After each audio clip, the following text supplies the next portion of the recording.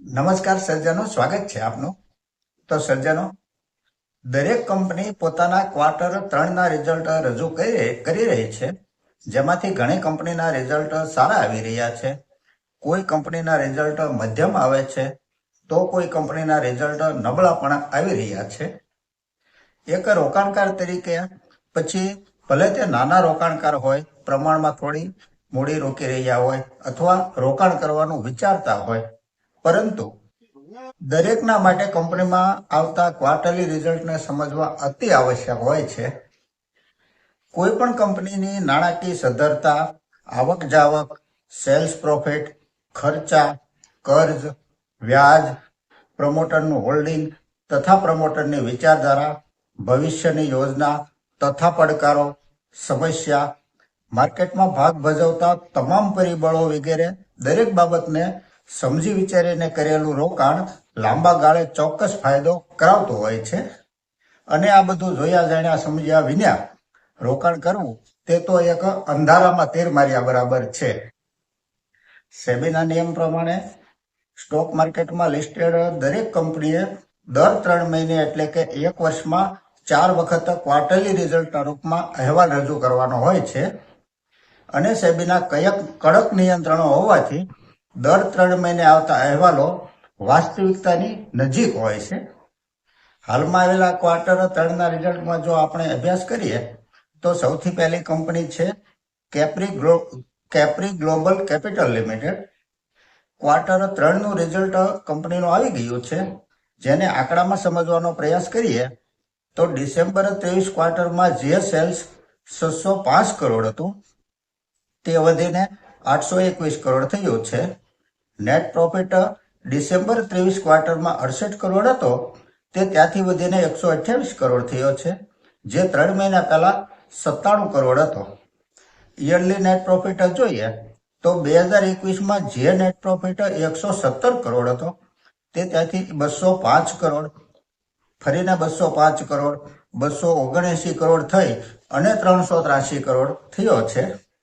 પ્રોફિટનો graph સતત અપટ્રેન્ડમાં છે કંપનીનો, ક્વાર્ટરલી પણ અને યરલી પણ.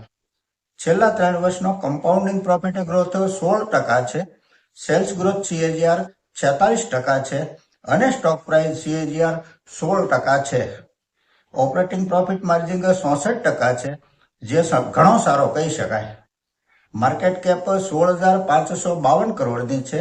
આ એક સ્મોલ કેપ કંપની છે. PE રેશિયો 43 છે, ROCE 9.5% છે, ROE 7.5% છે. આ એક NBFC non banking finance company છે. કંપની હાઉસિંગ તથા કન્સ્ટ્રક્શનથી લઈ અને ગોલ્ડ લોન સુધીની લોન પ્રોવાઈડ કરે છે. શેર હોલ્ડિંગ પેટર્ન જોઈએ તો પ્રમોટર હોલ્ડિંગ 70% છે, FII 1% છે, DII 14.51% છે, પબ્લિકનું હોલ્ડિંગ 14.60% છે. આ એક પ્રોફિટેબલ કંપની છે, ફંડામેન્ટલ સારું કહી શકાય કંપનીનું. આગળની કંપની છે DMA કેપિટલ એડવાઇઝર્સ લિમિટેડ. આ એક ડિસેમ્બર 2024માં આવેલી ન્યૂ લિસ્ટેડ કંપની છે અને કંપનીએ ડિસેમ્બર 24 ક્વાર્ટરનું શાનદાર અને પ્રોફિટેબલ રિઝલ્ટ રજૂ કર્યું છે, જેને આપણે આંકડામાં સમજીશું. ડિસેમ્બર 23 ક્વાર્ટરમાં જે સેલ્સ 45 કરોડ હતું તે વધીને 104 કરોડ થયું છે અને નેટ પ્રોફિટ 21 કરોડથી વધીને 52 કરોડ થયો છે.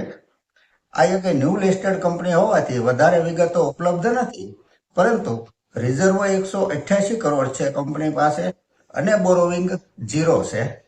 આ એક સંપૂર્ણ કર્જ મુક્ત કંપની છે.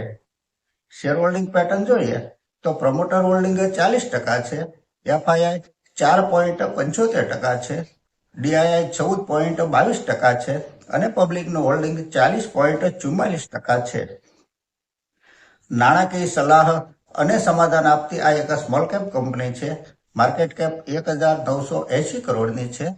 PE રેશિયો 28 છે, ROCE 72% છે, ROE 56% છે, ફેસ વેલ્યુ ₹2 છે. આ એક પ્રોફિટેબલ કંપની છે. આગળની કંપની છે વિમટા લેબ્સ લિમિટેડ.